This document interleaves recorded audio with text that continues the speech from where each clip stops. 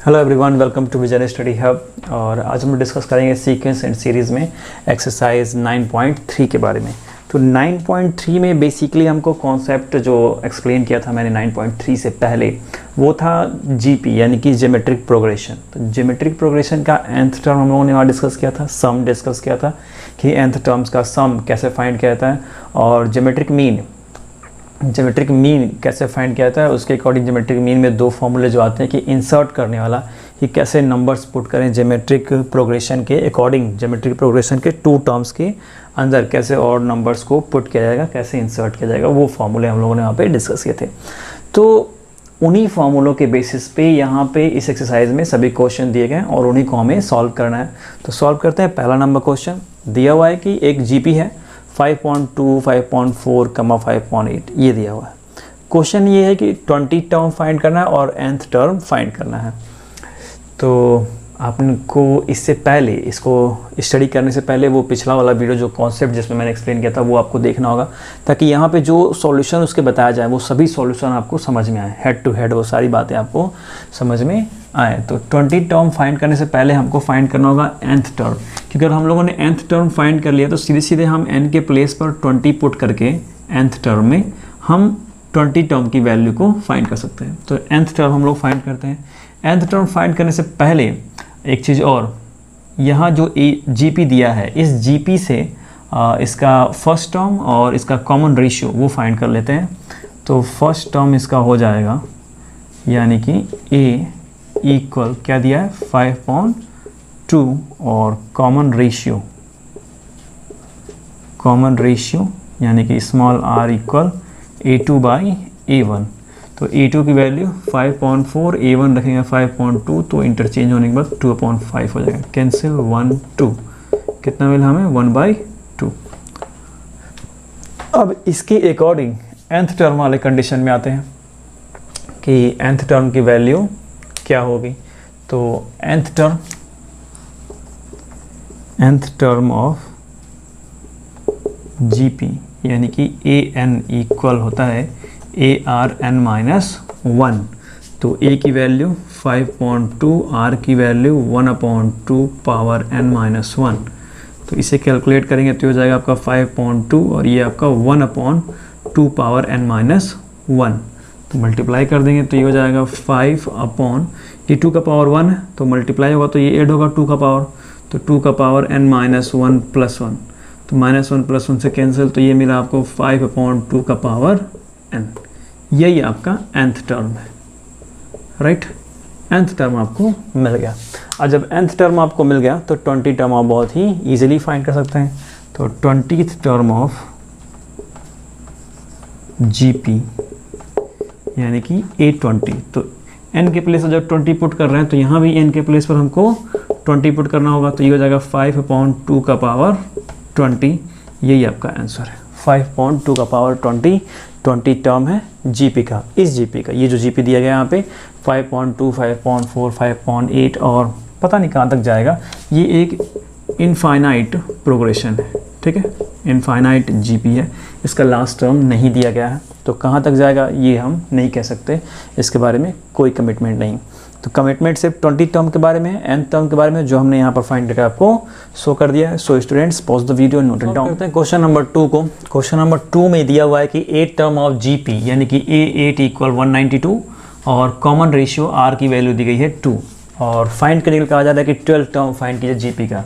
तो 12 टर्म का फॉर्मूला क्या हो जाएगा A12 यानी कि AR12 - 1, n-1 होता है, तो ये आपका हो गया AR11, सॉरी ये a की पावर भी मैंने रख दिया, तो AR का पावर 11, ये ऐसे 12 - 1 था।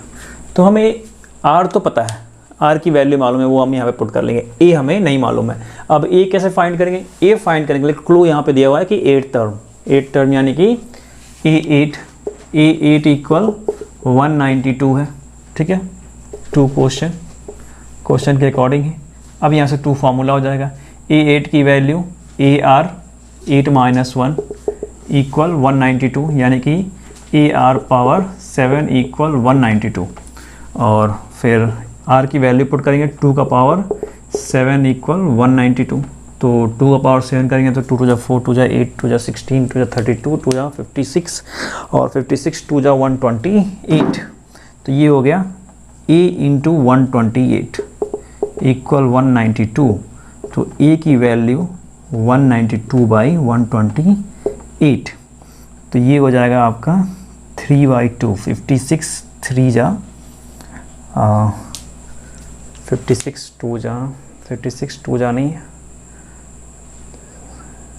तो ये 192/128। इस दोनों का HCF जो है वो 64 होगा। तो 64 से ये कैंसिल होगा तो 3 आएगा और ये होगा कैंसिल तो 2 आएगा। तो टोटल हो जाएगा 3/2। a की वैल्यू 3/2, r की वैल्यू 2। ओके, तो अब फाइंड करते हैं 12th टर्म। ठीक है, सो 12th टर्म ऑफ GP यानी कि A12 इक्वल AR 12 माइनस 1 यानी AR 11। तो A की वैल्यू कितनी है 3/2 इंटू 12 माइनस 1 था और R की वैल्यू 11 आ गई यहाँ पे। तो 2 का पावर 11। तो ये कैंसिल करेगा तो कितना आएगा 2 का पावर 10 हो जाएगा। तो ये हो गया 3 इंटू 2 का पावर 10। तो यहाँ से वैल्यू आ गई 3072। सॉल्व करके कैलकुलेट करके आप देख सकते हैं 3072 ही इसकी वैल्यू आएगी। 3/2 इंटू 2 का पावर 11 को हमने कैलकुलेट किया तो वैल्यू आ गई 3072 और यही हमारा 12th टर्म है। यही क्या है 12th टर्म है 3072। अब अगर आपको क्वेश्चन नंबर 2 का सॉल्यूशन समझ में आ गया है कि कैसे जो कंडीशंस क्वेश्चन में दिए गए हैं उसको फॉर्मूले के अकॉर्डिंग सॉल्व करते हैं, तो जो भी फाइंड करना है, जो भी उसमें एक क्वेश्चन दिया है उसको हम फाइंड कर सकते हैं। तो वो मैंने कैसे यहाँ पे दिखाया कि 12th टर्म फाइंड करना जहाँ पे, तो वहीं से हमको पिकआउट करना है कि क्या उसमें दिया गया है, क्या चीज़ें हमारे पास हैं और क्या चीज़ें अगर हम हमारे पास हो जाए तो हम उस वैल्यू को फाइंड कर लेंगे। जैसे कि मैंने आपको यहाँ पे दिखाया कि A12 को हमने कैलकुलेट किया तो AR पावर 11 आया। तो R की वैल्यू तो हमें दी गई थी, तो ये हमने चेक कर लिया कि चलो हमारे पास R है नहीं तो क्या नहीं है, तो वो है A नहीं था। अब A को फाइंड करने के लिए हमारे पास क्लू क्या था, सिर्फ और सिर्फ एक ही क्लू था A8। तो उसकी वैल्यू को हमने कैलकुलेट किया तो वहाँ से हमें A की वैल्यू मिली। अब A और R की वैल्यू यहाँ पर कैलकुलेट किया तो हमें 3072 उसका आंसर मिल गया है। तो क्वेश्चन 2 की तरह ही क्वेश्चन नंबर 3 से लेकर के 4 यानी कि 2 क्वेश्चन सेम इसी पैटर्न पर सॉल्व होने वाले हैं, 3 और 4। उसकी स्टोरी इस तरह से हो सकता है ना दी गई हो, उसकी स्टोरी कुछ अलग हो, बट कॉन्सेप्ट जो है उसका पैटर्न वो बिल्कुल सेम इस तरह से ही होगा। इन्हीं स्टोरीज़ के बेसिस पे जो भी फॉर्मूलेज हैं, इन्हीं फॉर्मूलेज के बेसिस पे आप 3 और 4 नंबर क्वेश्चन दोनों क्वेश्चन को सॉल्व करेंगे। सॉल्व करते हैं क्वेश्चन नंबर 5 को। क्वेश्चन नंबर 5 में एक GP दिया हुआ है 2√2 4 - इनफाइनाइट सीक्वेंस है, इनफाइनाइट प्रोग्रेशन है। इसमें और भी क्वेश्चन दिए गए हैं। ओके, एक ही क्वेश्चन बता रहा हूँ मैं ताकि इसी के जैसे और भी क्वेश्चन हैं वो आप सॉल्व कर सकते हैं। क्वेश्चन ये है कि 128 एक टर्म दिया है और ये पूछ रहा है कि वो कौन सा टर्म है, यानी कि n की वैल्यू कौन से नंबर पे 128 आएगा इस GP में। आगे जाते जाते हैं अगर मैं कहूँ कि 128 यहाँ पे आ रहा है तो कौन से नंबर पे वो आ रहा है, यही क्वेश्चन पूछा जा रहा है। ओके, चलिए पता कर लेना है। यानी कि आप 128 को nth टर्म मान सकते हैं, nth टर्म। ठीक है, nth टर्म आप मान सकते हैं और उसके अकॉर्डिंग यहाँ पे इसको सॉल्व करेंगे। तो यहाँ से दिया क्या है, फर्स्ट टर्म दिया हुआ है यानी a की वैल्यू 2 है। फिर कॉमन रेशियो आप यहाँ से फाइंड कर सकते हैं। कॉमन रेशियो यानी कि स्मॉल r इक्वल 2√2/2। 2 से 2 कैंसिल मिला कितना, √2। ओके, इतना डन हो गया। a और r की वैल्यू आपको मिल गई। अब nth टर्म दिया हुआ है 128, तो nth term of GP equal कितना दिया 128, an इक्वल 128 है। तो ये कितना हो जाएगा ARn-1 इक्वल 128। a की वैल्यू 2 इंटू r की वैल्यू √2 का पावर n-1 इक्वल 128। तो अब यहाँ से सॉल्व करते हैं। बॉर्डरिंग कर दे रहा हूँ यहाँ पे, इनकी बॉर्डरिंग अलग। तो इसको राइट करते हैं। ये हो गया √2 का power n-1 equal 128/2 equal 64।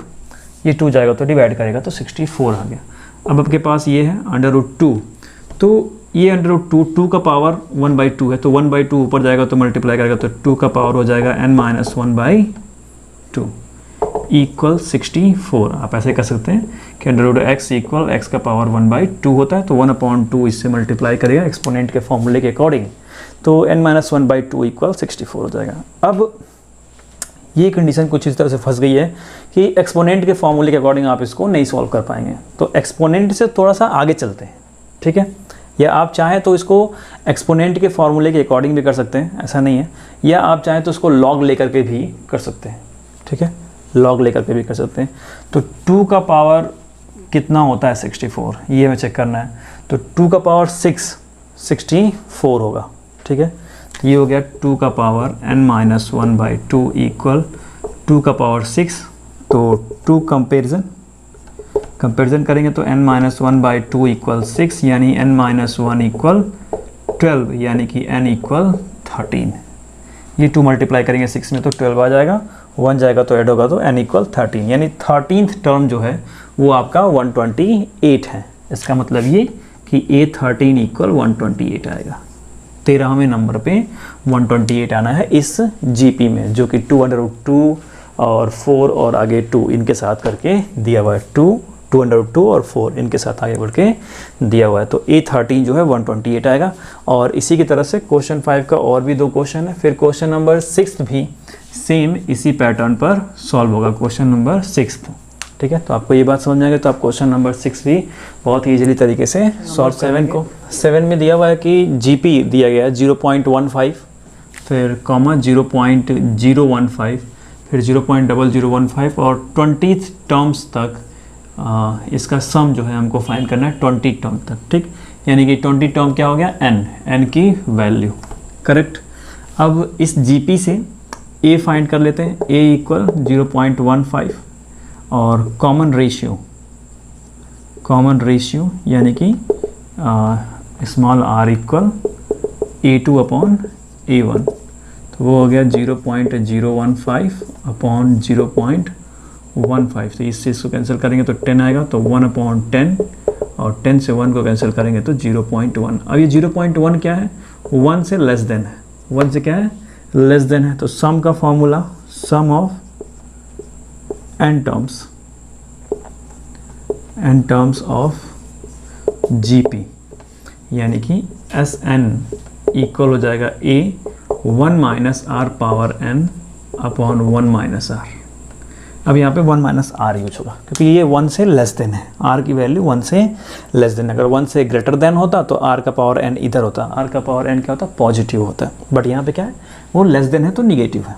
Logic मैंने आप लोगों को कॉन्सेप्ट जब एक्सप्लेन किया था तो उसमें बताया था कि लेस देन और ग्रेटर वाले कंडीशन में कैसे चेंज होता है और क्यों होता है, वो सारी बातें मैंने आप लोग बताई थी।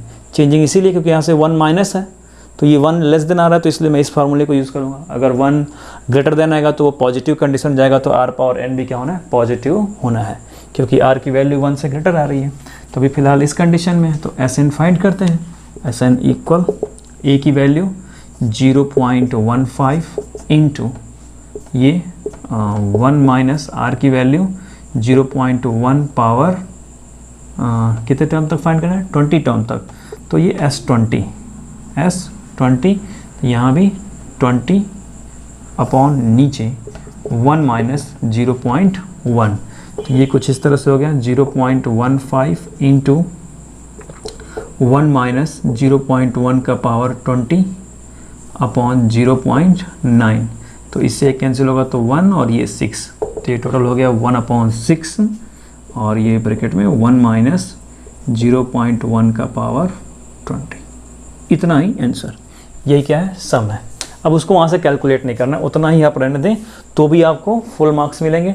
उससे आगे कैलकुलेट करने चलिए सॉल्व कर दीजिए, कोई दिक्कत नहीं है। जाने के बाद भी अगर आप कर ले जाते हैं तो भी ठीक है, नहीं तो इतना तो आपने कर ही लिया, तो यहाँ पे आपको फुल मार्क्स मिलने ही मिलने हैं। तो इस तरह से फाइंड करेंगे सम किसी जीपी का, जितने टर्म्स तक दिया गया है उतने टर्म्स तक वहाँ पे n की वैल्यू वही होगी। 20 टर्म दिया है तो यही हमारी n की वैल्यू है, n इक्वल 20, वही मैंने यहाँ पे पुट भी किया।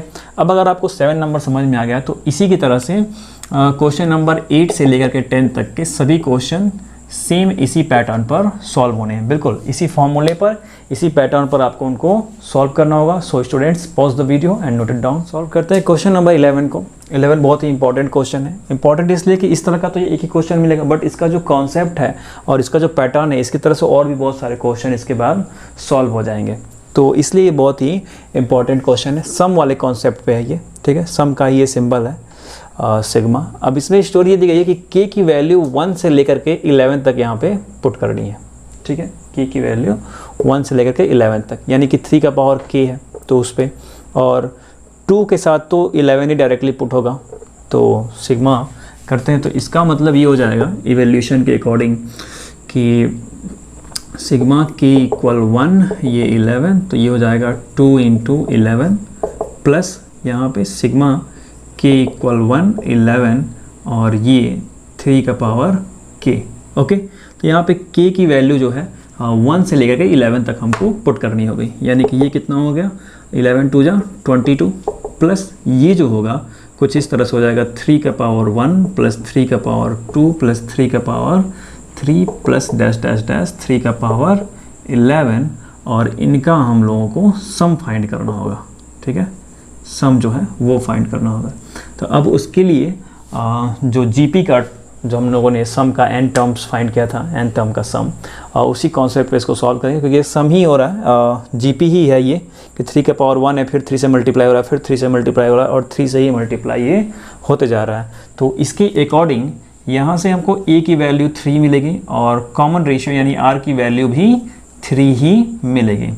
तो अब ये कितना हो गया 22 प्लस इसका सम फाइंड करेंगे तो ये हो जाएगा a r का पावर n-1 अपॉन r - 1, क्योंकि यहाँ पे r की वैल्यू क्या है 1 से ग्रेटर है, 1 से ग्रेटर होने की वजह से ये फॉर्मूला यहाँ पे यूज किया जाएगा। तो ये हो गया 22 प्लस a की वैल्यू 3 और r की वैल्यू 3 का पावर n कितना है 11 टर्म तक, ये पूरा n इक्वल 11 टर्म तक जा रहा है 1 से लेकर के 11 तक। तो 3 के पावर 11 - 1 अपॉन नीचे r - 1 यानी कि 3 - 1, तो 3 - 1 कितना मिलेगा 2, तो 22 प्लस 3/2 और यहाँ ब्रैकेट में 3 का पावर 11 - 1, ठीक है। 3 का पावर 11 - 1, ये इतना इसका आंसर हो जाएगा 22 प्लस 3/2, 3 का पावर 11 - 1। अब इसके बाद भी अगर आप कैलकुलेट करना चाहते हैं तो आप कैलकुलेट कर सकते हैं, बट इतना ही क्या होगा, आप अगर आंसर में रहने देते हैं तो भी ये आपका आंसर हो जाएगा इस इवैल्यूएशन का, ठीक है। इसके सम का ये आंसर आपका हो जाएगा, करेक्ट है। तो इस तरह से इसको सॉल्व करेंगे क्वेश्चन नंबर 11 को। तो ये सम वाले कॉन्सेप्ट पे है। अब इसकी तरह सम के कॉन्सेप्ट पे स्टोरीज अलग अलग करके दे दी जाएंगी, बट आपका पैटर्न जो है वो सेम रहना है। तो क्वेश्चन 11 की तरह ही क्वेश्चन नंबर 12 से लेकर के 15 तक के सभी क्वेश्चन सेम इसी सम वाले पैटर्न पर सॉल्व होने हैं, ठीक है। सम ऑफ nth टर्म के सम वाले पैटर्न पे ही ये सभी क्वेश्चन सॉल्व होने वाला, तो उसको आप सॉल्व कर सकते हैं बहुत ही इजीली तरीके से। अगर आपको ये सॉल्यूशन और इसके पिछले वाला सॉल्यूशन समझ में आ गया है तो क्वेश्चन नंबर 7 और 7 के बाद भी जो आप question as a practice solve करेंगे तो वो अगर बातें आपको समझ में आ गई तो 11 के बाद भी आप ये 12 से 15 तक सम वाले कॉन्सेप्ट पे ही हैं। किसी में टर्म्स दिया जाएगा, किसी टर्म्स की क्लू की हेल्प से हमको उसका आंसर फाइंड करना होगा, जो भी क्वेश्चन में पूछा जाएगा उसे।